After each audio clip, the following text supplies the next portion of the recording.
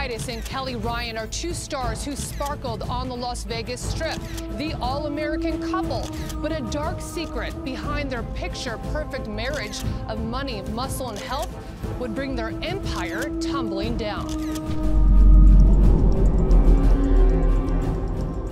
The strangest of crimes often occur at the hands of those who seek fame and glory. When powerful people use violence to pursue their goals, it results in tragedies beyond comprehension. A strangled neck, a taped mouth, and a burnt car are horrendous indicators of how a young, ambitious woman was murdered at the hands of callous killers who tried to set the scene of an accident. Stay tuned for today's bite-sized true crime recap as we unveil the shocking details surrounding the murder of Melissa James. Learn how celebrity bodybuilders Titus and Kelly Ryan, once prominent figures in the bodybuilding industry, found themselves at the heart of a sinister crime that shook the fitness community. Melissa James was born on December 14, 2005, and known to be a bright and positive presence wherever she went. She was a passionate dancer and an aspiring entrepreneur who started her own dance studio at the age of 19, before setting her sights on greater things when the studio did not do as well as hoped. She had stars in her eyes, a dream in her heart, and dance in her step, remembered her mother, Maura. Melissa's journey from her hometown of Panama City to Los Angeles was fueled by a burning desire to make it big in the fitness industry. However, what began as an opportunity working under the guidance of famed bodybuilders Titus and Kelly Ryan soon turned into a nightmare that ended when her charred body was discovered in the trunk of a red Jaguar in a secluded area of Las Vegas. On December 14, 2005, a burning car outside of Las Vegas was reported to local authorities, presumed to be an accident. The car was Kelly Ryan's red Jaguar sedan, abandoned off a secluded desert road near Las Vegas. Inside the trunk of the charred vehicle lay a corpse burnt to a crisp, which was later identified as Melissa James. It was instantly clear to authorities that this was no accident, as signs of foul play became evident during the autopsy and scene investigation. The evidence pointed to a horrific murder. Melissa's face had been covered in duct tape, and a bathrobe tie and a wire around her neck hinted at probable strangulation. Even though the precise cause of death remained ambiguous due to the fire, it was apparent that Melissa had been brutally murdered. It did not take authorities much time at all to pinpoint the plausible suspects, and when they were identified, a media frenzy almost immediately ensued. Tracing the license plate on the burned car, investigators landed on the doorstep of Kelly Ryan, a well-respected fitness enthusiast and Melissa's employer. Kelly's husband, Titus, was well known around the community as a personal trainer to A-listers. When confronted by the police, Kelly professed ignorance about her car's whereabouts, suggesting that Melissa might have borrowed it.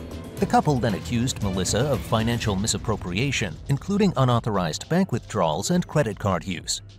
Police were by this time in need of a break in the investigation, an irrefutable piece of evidence that would link the couple to the murders, when a revelation from Megan Foley, Kelly's friend, added a new dimension. She recalled being at Kelly and Craig's house on the day Melissa vanished. Megan painted a picture of a deteriorating marriage between Kelly and Craig, further strained by Melissa's affair with Craig. She also told investigators elaborate details about the couple's shared history of drug and steroid abuse, which caused temperamental behavior and mood swings, even violence. The hint of an extramarital affair between Craig and Melissa was the clear emerging motive for the brutal murder that the detectives were looking for. Megan's account suggested that a deadly altercation between Kelly and Melissa might have been triggered by the nature of her relationship with Craig.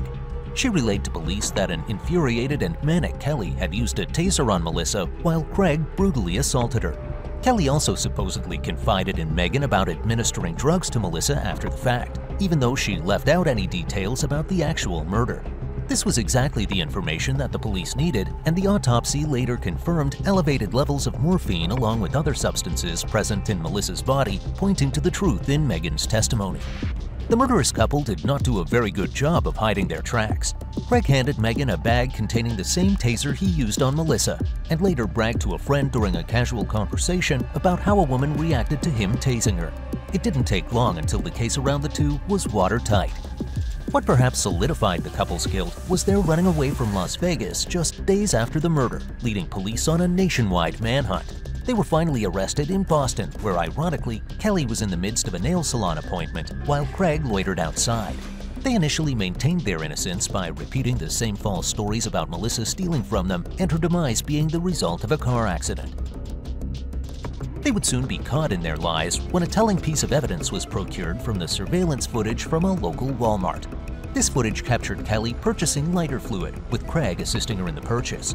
Police put 2 and 2 together. The two had killed Melissa at their residence, driven with her dead body to the location where their car was found, and set the car on fire using lighter fluid to dispose of the evidence. Anthony Gross, an associate of Craig, was seen near the crime scene and was linked to a flashlight discovered near the burnt vehicle.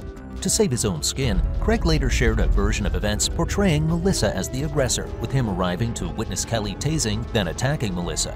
While Craig admitted to intervening and choking Melissa, he asserted that her death resulted from a drug overdose, stating that the drug-fueled escapades of the two women in the days preceding Melissa's death were the reason for her death.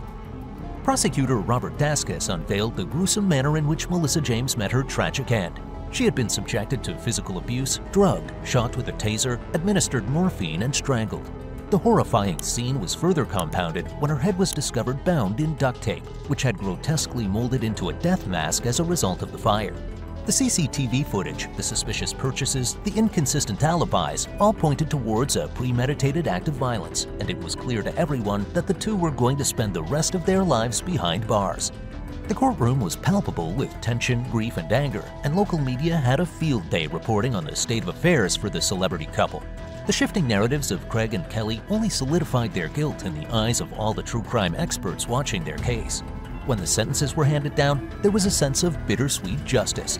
While nothing could bring Melissa back, at least her murderers were paying for their crimes. At least she can now rest in peace, whispered her tearful mother Maura. Drug abuse allegations further marred the couple's reputation in the eyes of the court and the fitness and bodybuilding world. Craig's past included a prison sentence related to an ecstasy sale in 1995 and a positive steroid test. Both he and Kelly admitted to injecting the synthetic opiate nalbuphine, with witnesses testifying about their steroid rage, claiming Craig once spent $500 on morphine. Prosecutors revealed in pretrial documents the presence of steroids in their residence, hinting at possible steroid rage as a contributing factor in the crime. Avoiding a potentially long and exhaustive trial, Craig and Kelly both took plea deals. While Craig admitted to second-degree murder, kidnapping, and arson, Kelly accepted charges of battery with a deadly weapon and arson, sparing her from facing a more severe attempted murder charge. Craig, due to his plea, was sentenced to 21 to 51 years, becoming eligible for parole in late 2026. Kelly, on the other hand, was sentenced to 6 to 26 years and was considered for parole as early as 2011. Amidst the emotional courtroom proceedings, both Craig and Kelly expressed deep regret for their actions, with Kelly conveying her sorrow and admitting to her role in the aftermath of the crime, while Craig lamented his drug-fueled lifestyle that had catastrophic consequences for their victim, Melissa James. Anthony Gross, identified as the couple's accomplice, also entered a guilty plea in the case, admitting to accessory charges related to the arson. Depending on the successful completion of his probation, Gross could reduce his charges to a lesser degree. While Craig languishes in prison, the streets of Las Vegas saw the return of Kelly in October 2017, after serving almost 9 years.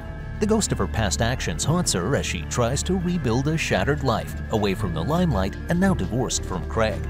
While rumors about Kelly rejoining the fitness industry have been heard, we are yet to see her return to the stage. For Craig, however, there will be no such return. Reflecting on the loss of Melissa, her mother leaves us with these poignant words. "She was our sunshine, and now there's a permanent cloud over our lives. But we remember her smile, her spirit, and we try to move forward, holding her memory close."